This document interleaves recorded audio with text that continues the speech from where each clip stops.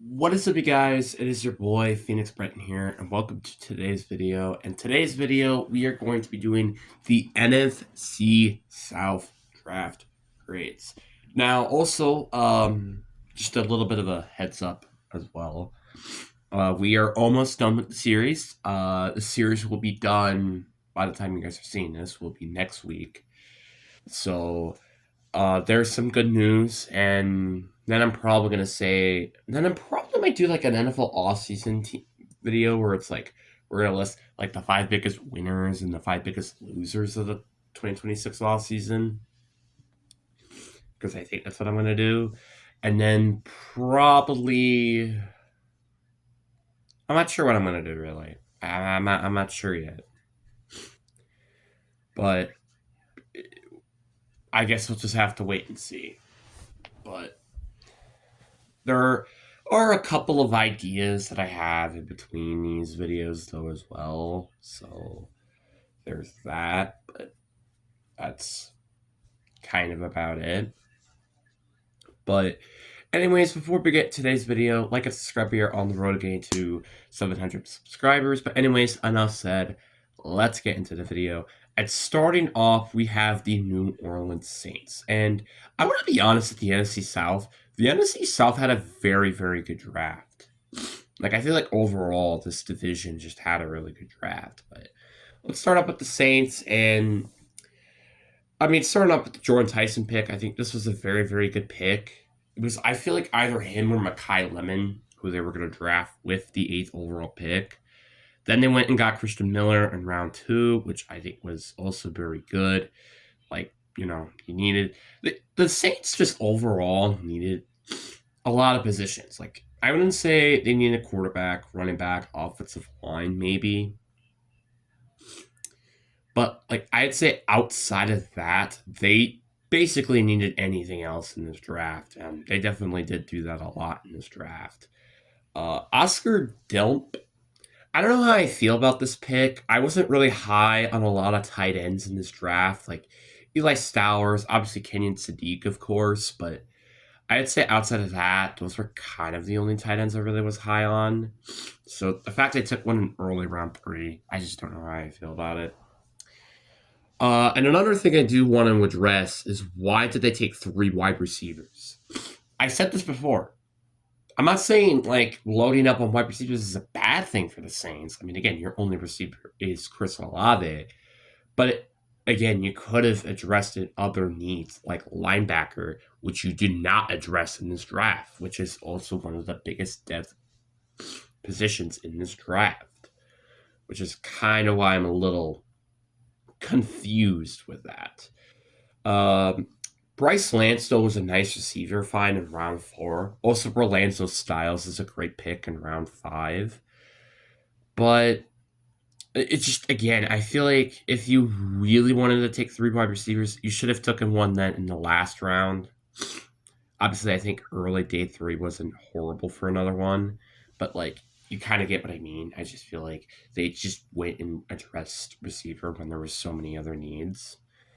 But, I mean, overall, I did like their draft. There are a lot of question marks, like why are you getting so many pass catchers when there were other needs on the roster? Like, you already still have Jawan Johnson, who's a solid tight end. So, I think overall, I give it a B minus. You could lean it towards a little bit of a C plus, and I won't blame you, but I think a B minus is good for this. Like, I like the Jordan Tyson pick. I also really like the Christian Miller pick. But then kind of outside of that, and obviously Bryce Lance and Alonzo Styles, their draft kind of fell off for me. But that's just me.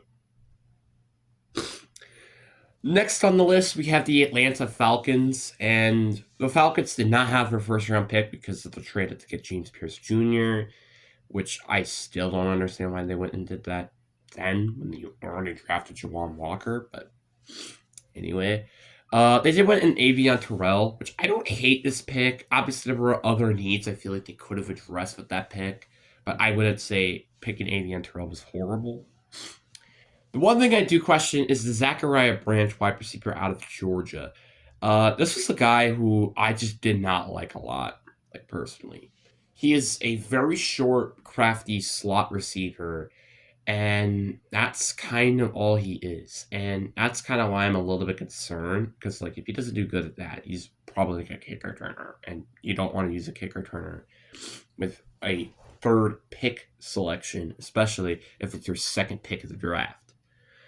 Then they finally went with linebacker in round 4. Like, then they kind of just went and addressed defense with the rest of the draft, which I don't really say is horrible. And that's kind of about it. Overall, I do think this draft is kind of the similarity with the Saints. Like, why are you drafting like a 5'9" wide receiver in round 2? I feel like round 3 it wouldn't be horrible, but I don't like short receivers. So that's why I'm a little harsh on that one. But I mean, I don't hate their draft. I think what they, especially on defense, like you needed to focus defense a lot in this draft, and they certainly did. But I think I'll give it a B minus, similarity to the Saints, just because I just wasn't a big fan of their draft. Next on the list, we had the Tampa Bay Buccaneers, and you really want to talk about great drafts. I think this is a great example. I mean, for starters, they got Ruben Bain in pick 15. I don't know how that happened. Like, yeah, I understand.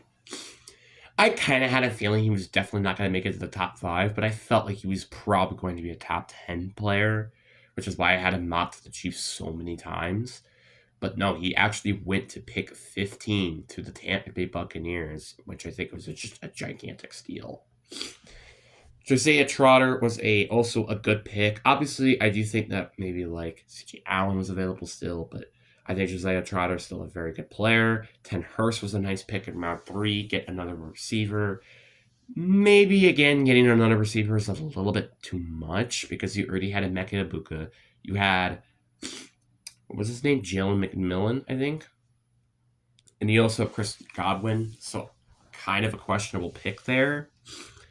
Love the Keontae Scott pick in round 4. I don't know how he fell that far.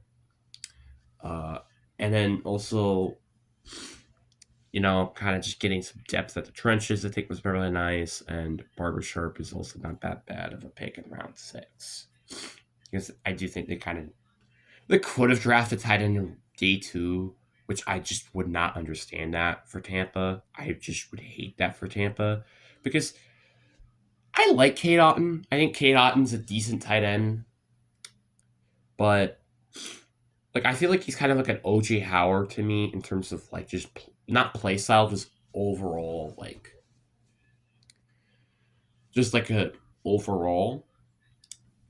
But I think he's better, which is why I think it's better. I think this is an A plus draft, or actually, I'll give it an A. The reason I give it an A is I like the Ted Hurst pick, but it's just again it's wide receiver. I feel like you didn't need to address receiver on day 2 of the draft. But I think, in my opinion, probably the best draft in the NFC South. I think it's pretty obvious for me. Next, we had the Carolina Panthers, and this was a team that, again, unexpectedly made it to the playoffs, and I kind of said it too. Like, this team still had a lot of needs on the roster. Like, running back was kind of considered a need just because Rico Dowell's gone, and he was like a really great running back for them. Actually, did they sign a running back? As a matter of fact, let me double check. Did they sign a running back? I'm trying to remember. I don't remember if they did or not.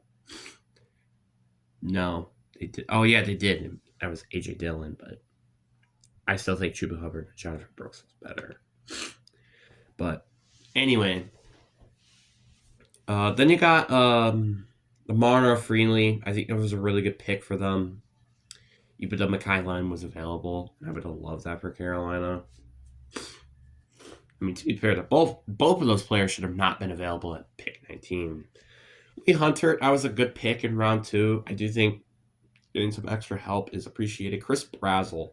This is a guy who's kind of a hit or miss player because it's like he's so big and so fast, but he was also in Tennessee, where like Tennessee is just, they've had bad reputation in bringing receivers into the NFL, which is why I just say it's a hit or miss. But I mean, I also liked that their later round picks, like Ezekiel Wingley at a Penn State, probably could have been an early D3 pick, and you got him in the mid D3. Sam Helch out of Kansas State was a nice pick too. Helped the offensive line. Will Lee was a nice pick in round 4. Like, I really don't have much to say about their draft. My only complaint, I think, with this draft is you're really kind of, well, one, you're kind of banking that Chris Brazzell is not going to be a typical Tennessee wide receiver, which he just doesn't pan out. And two, I just kind of felt like they should have went with McKylin over Morondorf, really. I mean, I give it an A minus. It's still a really good draft, but I just think there were some things that I just wasn't particularly like jumping out of my chair about. You know, that's kind of what I'm saying with this draft. I wouldn't say this draft class, like if Chris Brazzell could pan out, I think this might be potentially A, maybe even A plus of a draft. Because I feel like Ezekiel Wintley will be a nice depth piece. Same thing with Sam Welch. Will Lee could be a potential starter. And we're going to say in this hypothetical scenario, Chris Brazzell does pan out. He could be a good WR2. Lee Hunter, I think, could be a solid D tackle 2 complement with Barrett Brown. And Morano Freely, I think, could be a good tackle.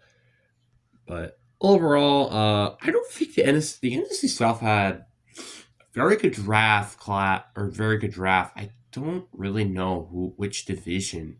I'd say probably the West, right? AC West is probably the best team in terms of the draft. But anyways, guys, that is it for today's video. I hope you guys have a good day. Peace.